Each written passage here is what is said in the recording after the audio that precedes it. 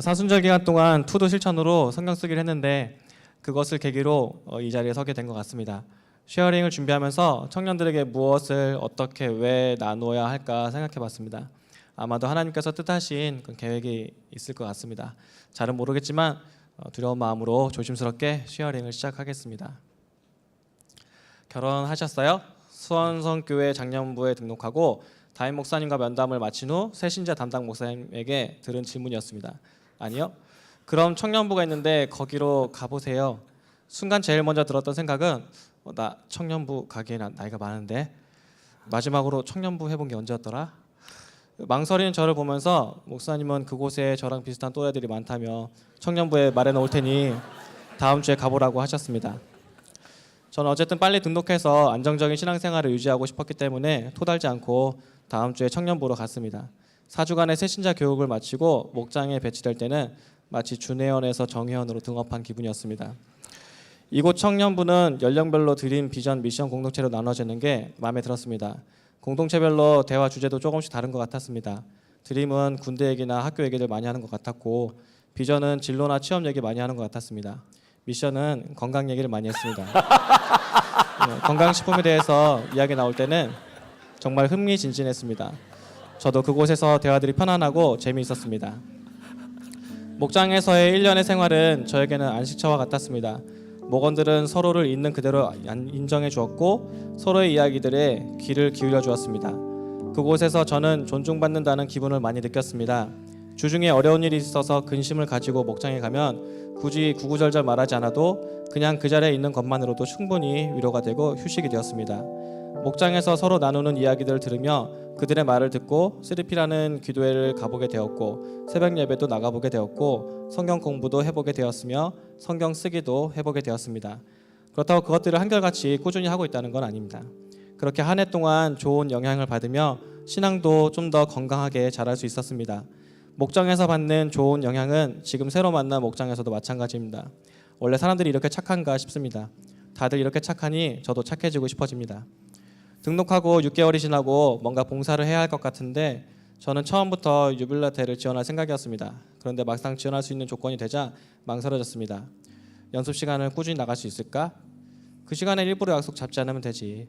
이미 사람들도 많고 잘하는데 내가 들어간들 무슨 보탬이나 될까? 무슨 공로 세우러 가냐? 찬양하러 가는 거지. 벌금도 있다는데 내가 억울하면 어떡하나? 벌금 낼 일 안 하면 되지. 이렇게 마음속에서 갈팡질팡하다가 한 해가 저물어 갈 때 더 이상 망설이면 아무것도 못하겠다 생각이 들었고 성가대 활동하고 있는 목원에게 말해서 유빌라테에 들어가게 되었습니다. 지금 생각해보니 그때 망설이며 고민했던 것들이 아주 불필요한 고민이었습니다. 지금은 매주마다 한 곡의 노래에 마음과 생각을 쏟아서 하나님께 올려드리는 과정들이 참 감격스럽고 감사합니다. 이렇게 교회에서 하라는 거 하고 맡은 봉사 성실히 하고 목장 모임 잘 참여하면서 덕분에 여러 가지로 선하고 좋은 것들을 공급받고 있습니다. 최근에는 북한 선김 학교라는 강의를 들으면서 북한과 통일 그리고 그곳에 뿌려져야 할 복음에 대해 생각이 많이 열리게 되었습니다. 지루할 것 같았던 강의가 회를 거듭할수록 끝나는 게 아쉬울 정도였습니다. 성경 쓰기에 대해서 이야기를 해야 할 것 같습니다. 사순절 기간에 저는 투두로 매일 성경 큐티, 성경 암송, 성경 쓰기를 정했습니다. 성경 쓰기는 40장이나 되고 절수가 많은 것들도 꽤 있어서 좀 긴장이 되었습니다. 매일 써야겠다. 하루 빼먹으면 내 성격상 계속 빼먹을 것 같고 나중에 몰아서 한다 해도 끝나 못하겠지. 그래서 매일 한 장씩 썼습니다. 시간이 많이 남을 때는 한 장씩 써서 한 장씩 더 써서 혹시나 빼먹을지도 모를 날을 대비해 두었습니다. 출애굽기를 한 장씩 쓸 때마다 인상 깊은 장면들이 눈에 들어왔습니다.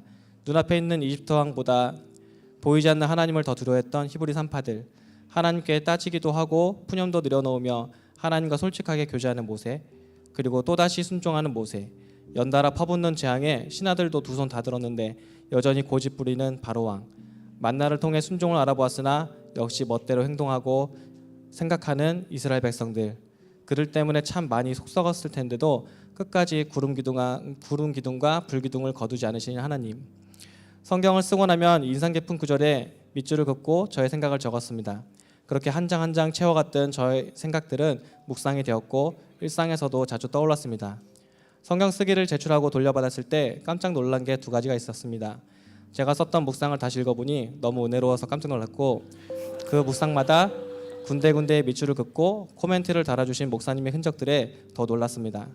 궁금증을 써두었던 곳들도 지나치지 않고 답변을 달아주셨습니다. 마치 목사님과 출애굽기를 펼쳐놓고 같이 대화를 나누는 것 같았습니다. 저는 이따금씩 성경에 대해 궁금한 게 생길 때마다 목사님께 카톡으로 질문을 하는데, 그때마다 목사님은 항상 친절하게 그리고 명쾌하게 설명을 해주셨습니다. 그 점이 항상 감사했습니다.